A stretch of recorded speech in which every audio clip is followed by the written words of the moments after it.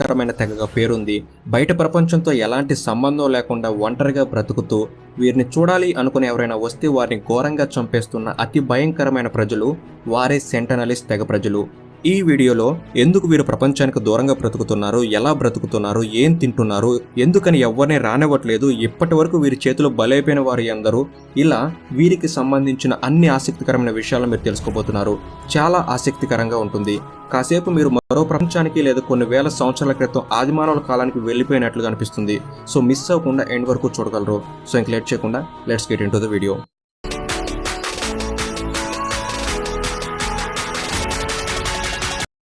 పాలిత ప్రాంతమైన అండమాన్ అండ్ నికోబార్ దీవుల గురించి మనందరికీ తెలుసు. ఈ అండమాన్ నికోబార్ దీవులు మన దేశానికి తూర్పున బంగాళాఖాతం సముద్రం మధ్యలో ఉన్నాయి. ఇక్కడ మొత్తంగా 572 వేరువేరు ద్వీపాలతో నిండిన ఈ పూర్తి భూభాగాలను కలిపి మనం అండమాన్ నికోబార్ దీవులని పిలుస్తున్నాం.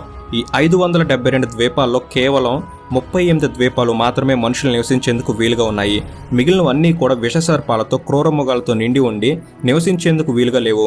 అయితే ఈ 38 ద్వీపాల్లో కూడా కొన్నింటి వరకు మాత్రమే మనం పర్యటించేందుకు అవకాశం. మిగిలిన వాటిలో ఆదిమ జాతి ప్రజలు నివసిస్తున్నారు. వీరిలో అందరినీ దాదాపుగా మన అధికారులు, శాస్త్రవేత్తలు కలవడం, వారి జీవన విధానం గురించి తెలుసుకోవడం, వారికి మనవంతుగా సాయం చేయడం కూడా జరిగింది. కానీ ఒకే ఒక్క దీవిలో ఉన్న ఆదిమవాసుల దగ్గరికి ఇప్పటి వరకు ఎవరూ వెళ్ళలేదు. దగ్గరకు వెళ్లేందుకు ప్రయత్నించిన ప్రతి ఒక్కరూ కూడా బాణాలతో తూట్లుగా చీలిన శవాలతో సముద్రంలో కొట్టుకుంటూ వచ్చారు. బయటి ప్రపంచంతో ఏమాత్రం సంబంధం లేకుండా కేవలం ఆ ఒక్క చిన్న దీవికి పరిమితమై జీవిస్తున్న ఆ ఆదివాసుల తెగే ఈ సెంటినలిస్ట్ జాతి ప్రజలు. ప్రస్తుతం ప్రపంచంలోనే అత్యంత ప్రమాదకరమైన తెగ ఏదైనా ఉంది అంటే అది వీరే. వీరు నివసిస్తున్న ఈ చిన్న ద్వీపం విస్తీర్ణం సుమారుగా 60 చదరపు కిలోమీటర్లు. వీరి గురించి మనకు ఇప్పటివరకు తెలిసినదంతా కేవలం దూరం నుంచి వారిని గమనించడం ద్వారా తెలుసుకున్నదే. ఎందుకంటే ఈ దీవులోనికి ఎవరైనా అడుగు పెడితే ఈ తెగ వారు చంపిస్తున్నారు కాబట్టి. అయినప్పటికీ ఇప్పటి వరకు వీరిపై చేసిన పరిశోధనలో వీరి గురించి సేకరించిన ప్రతి సమాచారాన్ని చాలా స్పష్టంగా మీకు అర్థమయ్యే రీతిలో వివరిస్తాను. నెంబర్ 2, అసలు ఈ సెంటనలిస్ట్ తెగ వారి గురించి ప్రపంచానికి ఎలా తెలిసింది?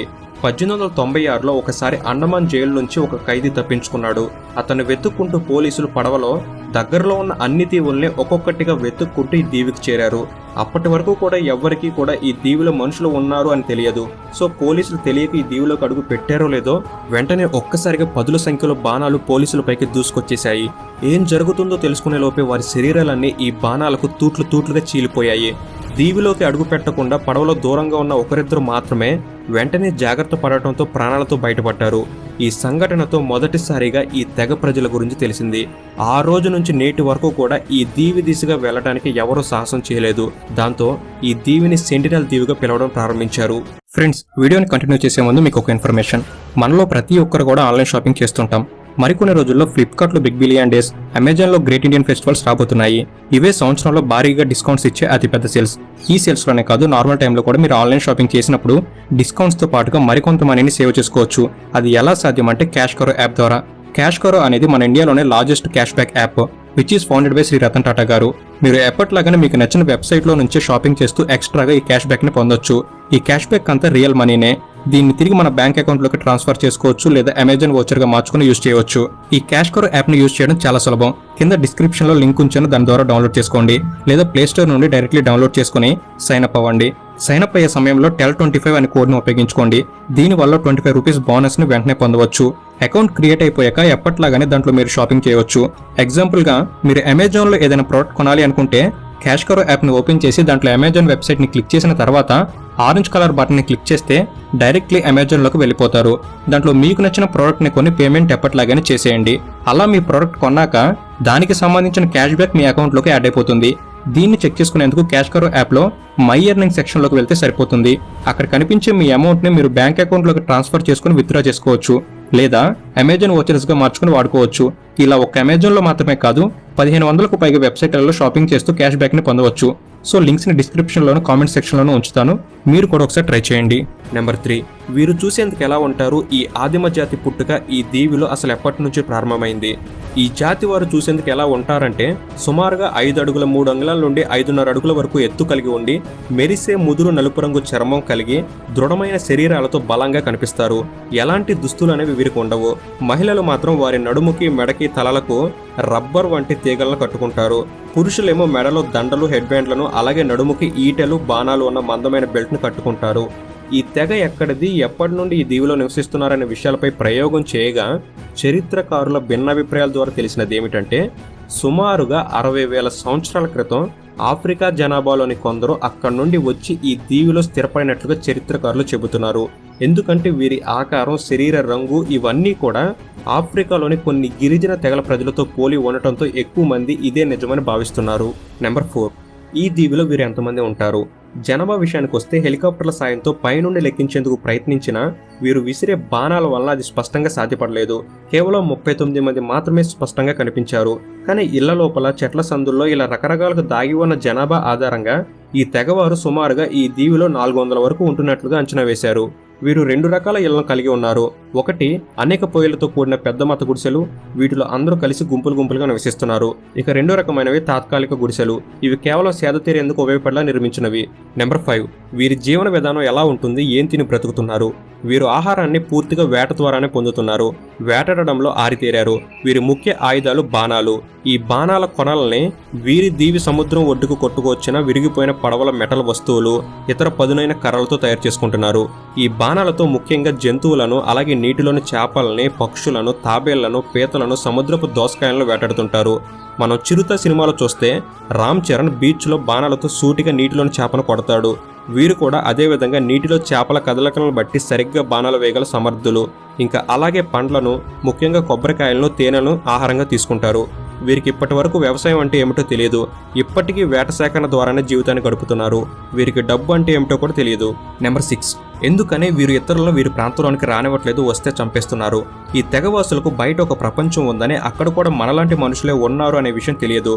మనం వారికి సాయం చేసేందుకు వస్తున్నామనే విషయం వారికి తెలియదు. మనం ఎలా అయితే ఏలియన్స్ మన భూమి మీదకు వస్తే ఎలా భయపడతామో వారు కూడా సేమ్ మనలాగే మనల వింత జీవులు అనుకొని వారికి హాని చేస్తామని భయపడుతున్నారు. అందుకే వీరి ప్రాంతానికి ఎవరైనా వస్తున్నట్లు గుర్తిస్తే దాడి చేసేందుకు వస్తున్నారని భావిస్తూ ఈ తెగ అంతా కలిసి సామూహిక దాడికి దిగుతారు, చంపేస్తారు. నెంబర్ 7, వీరిని కలవడానికి ప్రభుత్వం మనకు పర్మిషన్ ఇస్తుందా? వీరిని కలవడానికి ఎలాంటి అనుమతిని ప్రభుత్వం మనకు ఇవ్వదు. వీరిని కలిసేందుకు ఏ ప్రయత్నం చేసినా అది చట్టరీత్యా నేరంగానే భావిస్తారు. ఎందుకంటే వారి జీవన విధానం పూర్తిగా వేరు. మనం వారిని కలవడం వలన బయట వ్యాధులు ఆ తెగ వారికి సోకే ప్రమాదం ఉంది. అందుకే దీన్ని నివారించడానికి వారిని కలవడాన్ని భారత ప్రభుత్వం నిషేధించింది. ఎవరైనా అలా ప్రయత్నించి కనీసంగా ఫోటోలు, వీడియోలు దూరం నుండి తీసినా కూడా వీరికి 3 ఏళ్ల వరకు జైలు శిక్షణ విధిస్తామని 2017లో భారత ప్రభుత్వం ప్రకటించింది. నెంబర్ 8, ఇప్పటి వరకు వీరిని కలిసేందుకు ఎవరైనా ప్రయత్నించారా? ప్రయత్నిస్తే ఏం జరిగింది? సెంటినల్ తెగపై పరిశోధనలు చేసి వారి రహస్యాలను తెలుసుకుందామని చాలా మంది ప్రయత్నించగా వారికి చేదు అనుభవాలు ఎదురయ్యాయి. ఎందుకంటే ఆ తెగవారు ఎవరిని రానివ్వట్లేదు. 1967లో మానవ శాస్త్రజ్ఞుడు టిఎన్ పండిట్ భారత ప్రభుత్వం సాయంతో ఆ ద్వీప ప్రజలతో సంబంధాలని, స్నేహం ఏర్పరచుకోవడానికి ప్రయత్నించారు. దీనికోసం కొన్ని బహుమతులను వారి తీర ప్రాంతాల్లో వదిలి ఎదురుచూడగా అక్కడి గిరిజన వాసులు వీరిపై దాడి చేసేందుకు ప్రయత్నించారు. అలాగే వెనక్కి తిరిగి మల విసర్జన భంగిమలో, అంటే వాష్రూమ్కి వెళ్లే విధానంలో కూర్చొని వీరిని అవమానిస్తున్నట్లుగా సిగ్నల్స్ను పంపారు. అయితే మరోసారి 3 సంవత్సరాల తర్వాత 1970లో మరోసారి ఈ బృందం వెళ్లి ప్రయత్నించగా వీరిపై నమ్మకం కలగక వీరిపై దాడి చేసేందుకు ప్రయత్నించారు.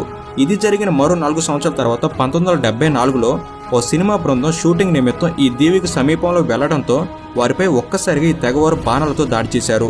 దాంతో వీరంతా భయపడి పడవలెక్కి వెనక్కి వచ్చేశారు.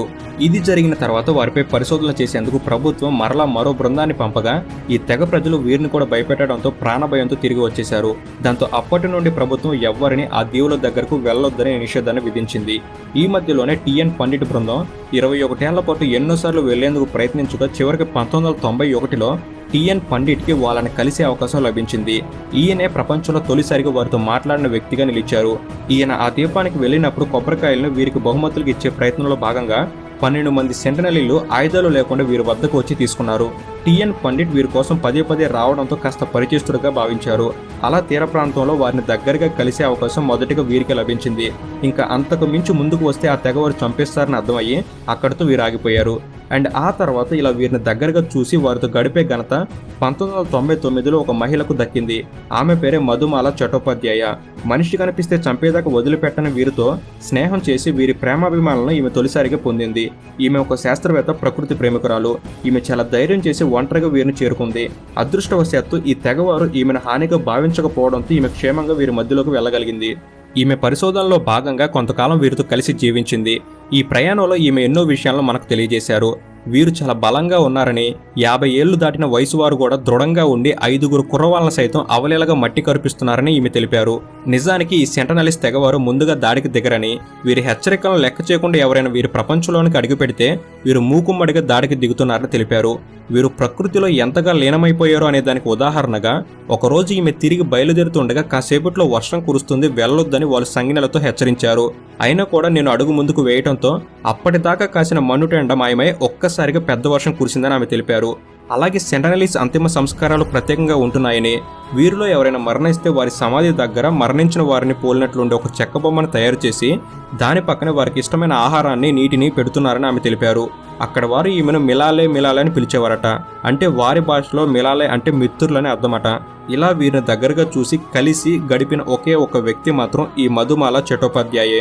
అండ్ ఆ తర్వాత 2004లో బంగాళాఖాతంలో సునామీ రావడంతో భారతదేశంలోని అనేక తీర ప్రాంతాలు నాశనం అయిపోయాయి. దాంతో సునామీ బాధితుల సహాయార్థం ప్రభుత్వం హెలికాప్టర్ల ద్వారా ఈ ప్రాంతాల్లో ఆహార పొట్లాలను పంపిణీ చేసింది. ఇదే క్రమంలో ఈ సెంటనలిస్ట్ ద్వీపంలోని ప్రజలకు కూడా సహాయం చేసేందుకు ఆహార పొట్లాలతో హెలికాప్టర్పై ఈ ప్రాంతం వైపుకు వెళ్లగా మరలా హెలికాప్టర్లపై బాణల వర్షాన్ని కురిపించారు. ఇంకా 2006లో చేపల వేట కోసం వెళ్లిన 2 మత్స్యకారులు ఈ ద్వీపానికి దగ్గరగా వెళ్లడంతో సెంటనలిస్ట్ ప్రజలు వీరిని ఘోరంగా చంపి ఇతర ప్రాంతాలపై తమకున్న విరక్తిని చూపించారు. ఇక చివరగా ఈ ప్రాంతానికి 2018లో వెళ్లిన వ్యక్తి జాన్ అలెన్ అనే అమెరికన్ క్రైస్తవ మత ప్రబోధకుడు కొందరు జాలర్ల సహాయంతో పడవలపై ఈ ప్రాంతానికి చేరుకుని ఇక్కడ వారికి జీసస్ గురించి తెలియజేయాలి అనే ఉద్దేశంతో వెళ్ళాడు. కానీ ఒకరోజు ఇక్కడ వీరితో గడిపిన మరుసటి రోజునే ఇతన్ని ఘోరంగా ఇక్కడ తెగవారు చంపేశారు. చివరికి ఇతని శవం కూడా ప్రభుత్వానికి ఎంత వెతికినా దొరకలేదు. దాంతో ఈ చివరి సంఘటన అనేది ప్రపంచవ్యాప్తంగా సంచలనంగా మారిపోయింది. ఇంత అడ్వాన్స్డ్ టెక్నాలజీతో దూసుకుపోతున్న ప్రస్తుత కాలంలో కూడా ప్రపంచానికి దూరంగా ప్రపంచం తెలియకుండా బ్రతుకుతున్న వారు ఉన్నారా అని ఆశ్చర్యపోయారు. ఇతని శవం ఎంత వెతికినా లభించకపోయినప్పటికీ ఇతని డైరీ అనేది పోలీసులకు దొరికింది. దాంట్లో ఇతను చివరి క్షణాల వరకు రాసుకున్న కొన్ని విషయాలను తెలుసుకోగలిగారు. దానిలో అలెన్ ఏమని రాసుకున్నాడు అంటే 2018 నవంబర్ 15న ఈ సెంటనల్ దీవిలోనికి నేను అడుగుపెట్టాను. ఆ తర్వాత సెంటనలిస్ట్ ప్రజల నాయకుడిని కలిసేందుకు ప్రయత్నించగా ఈ క్రమంలో తెల్లని కిరీటం ధరించిన ఒక వృద్ధుణ్ణి చూశాను. అతనే ఈ తెగ నాయకుడు అయ్యుండొచ్చని భావించాను.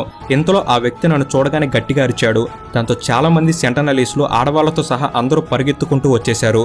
నేను వాళ్ళకి ఎలాంటి హాని చేయను అని వాళ్ళతో మాట్లాడేందుకు ప్రయత్నిస్తుండగా ఆ గుంపులో ఉన్న 10 ఏళ్ల కుర్రాడు నాపై బాణం విసిరాడు. అయితే అది నా చేతిలో ఉన్న బైబిల్కి గుచ్చుకోవడంతో ప్రాణాపాయం నుండి తప్పించుకున్నాను. ఇంతలో మరికొంతమంది బాణాలతో అతనిపై ఎక్కువ పెడుతుండగా నేను నా సంజ్ఞలతో లొంగిపోయాను. దాంతో వారు కాస్త ఆగి నన్ను వదిలేశారు. ఆ రోజు వారితో సంజ్ఞల ద్వారా మాటలు కలిపాను. వారి జీవిత విధానాలను ఎలా బ్రతుకుతున్నారు అనే వాటిని చూశాను. నా అంచనా ప్రకారం ఇక్కడ వీరి జనాభా 250 వరకు ఉండొచ్చు. ఒక్కో గుడిసెలో సుమారు 10 మంది నివసిస్తున్నారు. నేను గమనించిన దాన్ని బట్టి ఇక్కడ ఎక్కువగా 10 ఏళ్లలోపు పిల్లలు, యువకులే ఎక్కువగా ఉన్నట్లు అనిపించింది. బహుశా వృద్ధులు దీవికి మరోవైపు ఉంటారేమో. వీరిలో కొంతమంది ఆడవాళ్లు ఉన్నారు. ఈ సెంటనలిస్టులు గాల్లోకి చేతులు లేపారంటే మనకు హాని చేయరని అర్థం. వీళ్ళు సిద్ధం చేస్తున్నారంటే మాత్రం వేటడం కోసం సిద్ధమైపోయారనే దానికి సంకేతం. ఇక ఎవరు చెప్పినా వాళ్ళ ప్రయత్నాన్ని వీరు విరమించుకోరు. వీళ్ళు గట్టిగా అరుస్తారు. ఈ శబ్దాల్లో ఎక్కువగా BPLS అక్షరాలతో మొదలయ్యే అరుపులే వినిపించాయి. వీరి బాణాలను పాడైపోయిన ఒడ్డుకు కొట్టుకొచ్చిన పడవల్లోని లోహ భాగాలతో తయారు చేసుకున్నారు. ఇలా నవంబర్ 15 ఆ రోజంతా అలెన్ వారితోనే గడిపాడు. ఇక ఆ సాయంత్రకాలం ఆ ప్రాంతం నుండి నీటిలో ఈదుకుంటూ దూరంగా తన కోసం సముద్రంలో పడవలపై వేచి ఉన్న మత్స్యకారులను కలిసి ఆ రాత్రి అక్కడే పడుకొని మరలా తర్వాతి రోజు ఉదయం నవంబర్ 16న మరలా వీరి వద్దకు వెళ్ళాడు. ముందు రోజు ఎంతో సహనంగా సమాధానం ఇచ్చిన గిరిజనులు ఈసారి మాత్రం ఎందుకో తెలియదు అలన్ని ఈడ్చుకెళ్లారు. బాణాలతో ఈటలతో ఘోరంగా పొడిచి చంపేశారు. ఇదంతా కూడా దూరం నుండి మత్స్యకారులు చూశారు. దాంతో వారు భయంతో వెనక వచ్చేసి ఈ విషయాన్ని అలెన్ మిత్రుడికి తెలిపారు. అతను ప్రభుత్వానికి సమాచారం ఇవ్వగా వారు అలెన్ మృతదేహం కోసం ప్రయత్నించినప్పటికీ అది సాధ్యపడలేదు. ఇలా ఈ సెంటినల్ దీవికి సంబంధించిన చివరి సంఘటన ఇలా చోటు చేసుకుంది. నెంబర్ 9. ఈ తెగవారిపై భారత ప్రభుత్వం తీసుకున్న నిర్ణయం ఏమిటి? గత 60,000 సంవత్సరాల క్రితం నుండి వారు అక్కడే బ్రతుకుతున్నారు. బ్రిటిష్ వలసగా రాజ్యాలను ఆక్రమించే తరుణంలో అండమాన్ నికోబార్ దీవుల్లో నివసించి ఎన్నో తెగలను నాశనం చేశారు. దీనివల్ల వేలాది మంది ఆదివాసులు తుడిచిపెట్టుకుపోయారు.